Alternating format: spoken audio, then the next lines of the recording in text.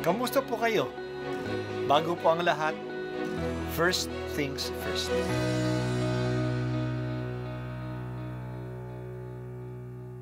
Good morning po. Sinisimulan po natin ngayon ang first things first.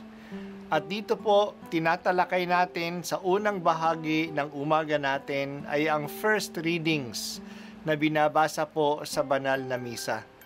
Ito pong tinatalakay natin kasi madalas po kasi marami na tayong alam tungkol sa gospel readings. Pero konti po ang nagsasalita sa first readings. Pero ang first readings, bahagi din po yan ng Biblia, ng banal na kasulatan.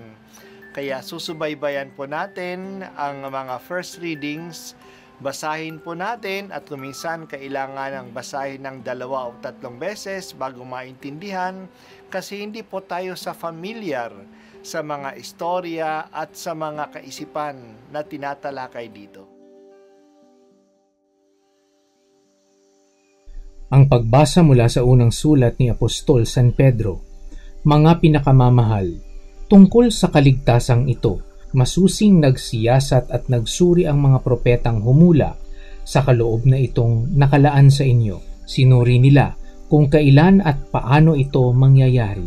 Ang panahong ito ang tinutukoy ng Espiritu ni Kristo na sumasa kanila nang paunang ipahayag sa kanila ang hirap na tinitiis ni Kristo at ang parangal na tatamuhin niya. Nang kanilang ipahayag ang katotohanan ito, ipinaunawa sa kanila ng Diyos na ang ginagawa nila ay sa kapakinabangan ninyo at hindi sa kanila. Ang mga katotohanan ito ay narinig ninyo ngayon sa mga tagapangaral ng mabuting balita ng Diyos. Nagsalita sila sa inyo sa kapangyarihan ng Espiritu Santong sinugo sa kanila buhat sa langit. Ang mga katotohanan ito ay pinananabikang maunawaan ng mga anghel sa langit. Kaya nga, ihanda ninyo ang inyong mga isipan, magpakatatag kayo, at lubos na umasa sa pagpapalang tatamuhin ninyo kapag nahayag na si Hesukristo. Bilang mga anak, sundin ninyo ang Diyos at huwag ang masasamang hilig tulad ng ginagawa ninyo noong kayo'y wala pang tunay na pagkaunawa. Yamang ang Diyos na humirang sa inyo ay banal. Dapat kayong magpakabanal anuman ang inyong ginagawa. Ayon sa nasusulat, magpakabanal kayo sapagkat ako'y banal. Ang salita ng Diyos. Salamat sa Diyos. Ang kaligtasan na natamo natin ay matagal nang inihayag ng mga propeta. Hinulaan nila ito ng matagal na panahon na. Alam nila na ito ay darating, pero hindi sa panahon nila. Ito'y hinulaan na darating para sa panahon natin. Kaya mapalad tayo na ang nakinabang ng kaligtasan na matagal nang pinaghandaan ng mga propeta.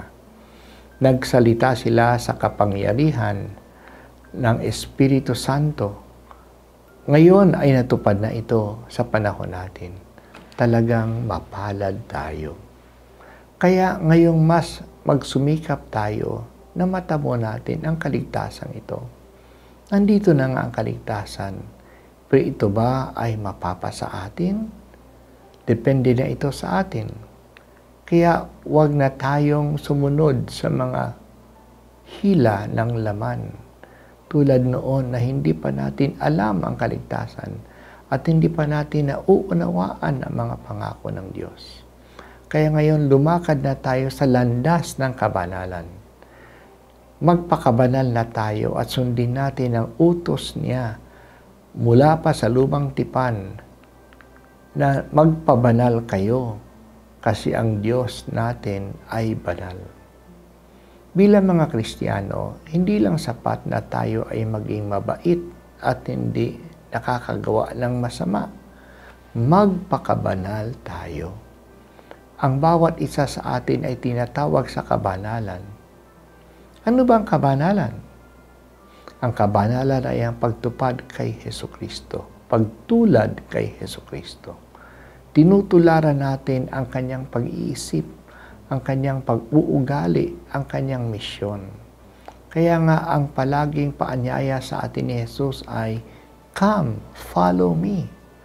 Ang buhay ni Jesus ay buhay na pagtalima sa kalooban ng Ama.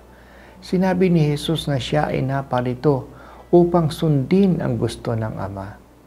Wala siyang ibang ginagawa kundi ang ginagawa ng Ama.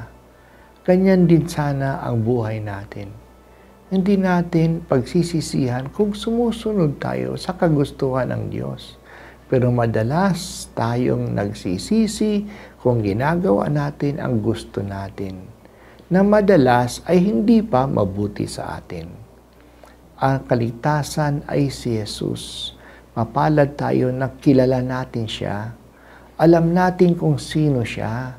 Nasa atin na ang kanyang espiritu. Kaya sundin na lang natin siya.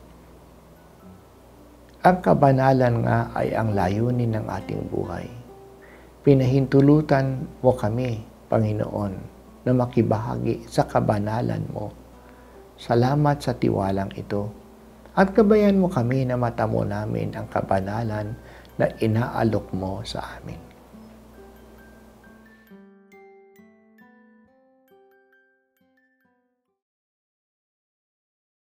At ako po ay si Bishop Broderick Pabilio dito sa First Things First.